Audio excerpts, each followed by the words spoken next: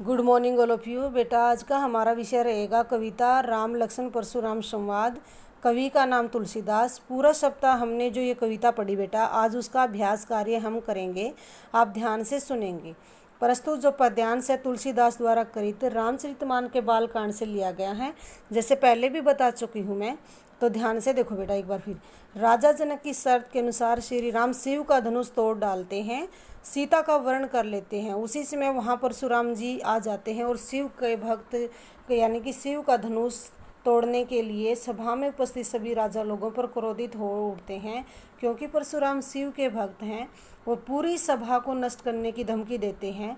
तो वहाँ उपस्थित सभी लोगों पर कटु वचन बोलने लग जाते हैं और सभी वहाँ सुनकर उनके वचनों को सहम जाते हैं। तभी श्री राम ऐसी स्थिति को धैर्यपूर्वक संभालते हैं और परशुराम जी से विनम्रतापूर्वक शब्द कहते हैं।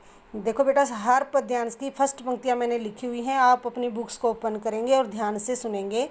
जैसे परशुराम अत्यंत क्रोधित होकर वहाँ सभा में पुकार रहे होते हैं, तो ये सब वचनों को सुनकर श्री राम बोले कि आपका कोई एक दास ही होगा जिसने शिव के धनुष को तोड़ा है, क्योंकि आपका कोई एक सेवक ही होगा। आपकी आने की आज्ञा का क्या कारण है कि मैं आपकी क्या सेवा कर सकता हूँ। ये वचन सुनकर परशुराम और क्रोधित होकर बोले कि सेवक तो वही होता है जो सेवा का काम करता है। जिसने धनुष को तोड़ा है उसके साथ तो लड़ाई ही करनी चाहिए, उसने शत्रुता का काम किया है।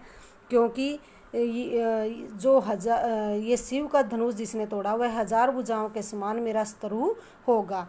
मैं सभा में उपस्थित सभी राजा लोगों को बोल रहा हूँ, यानी कि बार बार पुकार रहा हूँ, यहाँ से बाहर हो जाओ, इस सभा से बाहर चले जाओ, वरना सारा राजा लोग यहाँ मारे जाएंगे। तो ये सब वचन सुनकर लक्ष्मण मुस्कुराने लगे और बोले कि हे मुनि, हमने ऐसे धनुष बचपन में बहुत तोड़े हैं, यानी कि लड़ाई करते हुए ऐसे धनुष हमने बचपन धनुही बोला जैसे कि लक्ष्मण ने, तो कहा ऐसे धनुही हमने बचपन में बहुत तोड़े। आपको इस धनुही पर इतना गुस्सा क्यों है, आपकी इस धनुही पर इतनी ममता क्यों है। तो ये सब बातें सुनकर परशुराम और क्रोधित होकर बोले अपने फरसे को संभालते हुए कि हे राजा के बालक, आप काल के वश में होकर आप मेरे बारे में यानी मेरी वीरता के बारे में नहीं जानते। आप इस धनुष को धनुही बोल रहे हो, यानी कि पूरा संसार जानता है ये शिव का धनुष है, बहुत ही बलशाली यानी कि प्राचीन और लोहे का मजबूत धनुष शिव का धनुष है। तो लक्ष्मण ने हंसकर कहा कि हे मुनि, ये शिव का धनुष है, लेकिन हमें तो सभी धनुष एक समान लगते हैं। आप ये तो राम ने छूने मात्र से ही टूट गया, इसमें शिव यानी कि राम का कोई दोष नहीं है। आप बिना कारण ही क्रोधित हो रहे हो। परशुराम फिर फरसे को संभालते हुए बोले कि हे मुनि, हे मूर्ख बालक, क्या आप मेरे स्वभाव के बारे में नहीं जानते। मैं आपको बालक समझकर नहीं मार रहा, क्योंकि आपने मुझे निरा मुनि वेश में ही देखा है। मैं अत्यंत बाल ब्रह्मचारी और क्रोधी स्वभाव का भी हूँ, क्योंकि स्त्रीय कुल का द्रोही हूँ, ये पूरा संसार जानता। मैंने अपनी भुजाओं के बल पर 1000 राजाओं को मारकर भूमि से विहीन कर दिया, यानी कि उनकी भूमि को छीनकर अनेक बार ब्राह्मणों को दान कर दिया। और मैंने मेरे भयंकर फरसे से 1000 भुजाओं वाले राजाओं को मैंने काट डाला है, यानी कि बड़े बड़े बलशाली राजाओं को मैंने मार डाला है। आप हे राजा के बालक, अब माता पिता को सोच के वश में कर रहे हो। मेरे जो भयंकर फरसा है उसकी आवाज़ को सुनकर नारियों के गर्भ में पल रहे बच्चे भी मर जाते हैं।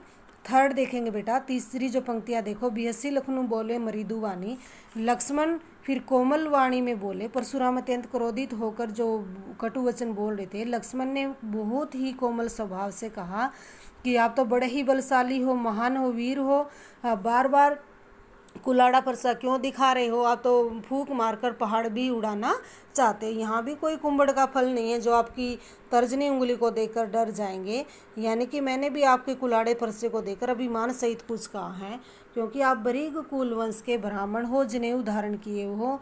मैं अपने गुस्से को इसलिए रोक लेता हूँ क्योंकि आप ब्राह्मण वंश के हो, क्योंकि हमारे कुल में देवता और गायें हरिजन के जो लोग हैं और ब्राह्मणों पर इन पर वीरता नहीं दिखाई जाती, यानी इन पर युद्ध नहीं किया जाता। इन पर युद्ध करने से हमें पाप लगता है और इनके हार जाने से हमें यश मिलता है। यदि आप मुझे मारेंगे तब भी मैं आपके पैरों में ही गिरूंगा। आप व्यर्थ में ही कठोर वचन बोलकर यानी अपना कुल्हाड़ा प्रसाद दिखाकर बार बार मुझे अपमानित कर रहे हैं। तो ये सब बातें परशुराम क्रोधित होकर बोले कि हे विश्वामित्र, इस मंद बुद्धि यानी कुटिल बालक को यानी कि ये कुबुद्धि है, निडर है, कुटिल है ये बालक, इसको आप समझाओ, क्योंकि यह सूर्य वंश रूपी का पूर्ण रूप से चंद्रमा का कलंक है। यह बालक बड़ा ही उदंड, मूर्ख और निडर है। यह क्षण मात्र में ही काल का ग्रास बन जाएगा। मैं शीघ्र इसका वध कर दूंगा।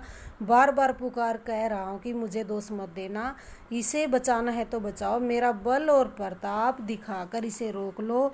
लक्ष्मण जी ने कहा, हे मुनि, भला तुम्हारे यश का वर्णन कौन नहीं कर सकता, आपके रहते हुए आपकी प्रशंसा कौन नहीं कर सकता। आपने अपनी करनी यानी कि अपनी वीरता की जो डींगे अपने मुख से ने एक बार कर डाली, अभी भी संतोष नहीं हुआ तो फिर कुछ कह डालिए।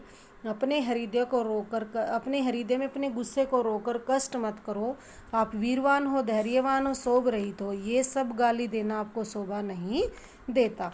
फिर लक्ष्मण की बातों को सुनकर परशुराम फिर क्रोधित हो उठते हैं और लक्ष्मण ने परशुराम को संबोधित करते हुए कहा, यानी कि आप काल को हाँक कर मेरे लिए लाए हो, यानी कि बार बार मुझे बुला रहे हो। लक्ष्मण ने ऐसे कठोर वचन परशुराम ने सुने और भयंकर फरसे को सुधार कर बोले कि अब यह बालक मारने योग्य है। अभी इस बालक को बालक समझकर मैंने इसे बहुत बचाया, सच में ही अभी इसको मारना चाहता हूँ।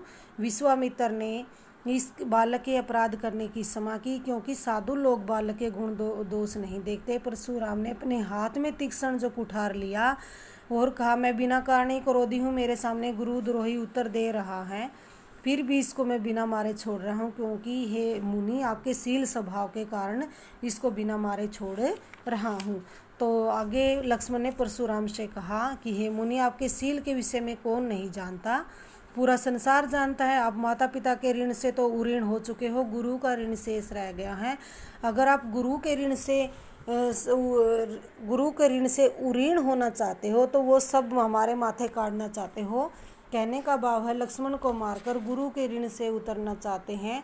काफ़ी समय बीत गया, आपका ब्याज भी बहुत चढ़ गया होगा, हिसाब किताब करने वाले को बुला लीजिए, तुरंत ही थैली खोलकर हिसाब चुकता कर दूंगा। लक्ष्मण के कटु वचन सुनकर परशुराम फिर फरसे को संभाल लेते हैं। पूरी सभा हाय हाय करने लगी, क्योंकि लक्ष्मण ने फिर धैर्यपूर्वक कहा, हे बड़ी कुल के श्रेष्ठ परशुराम, आप मुझे अपना फरसा दिखा रहे हो।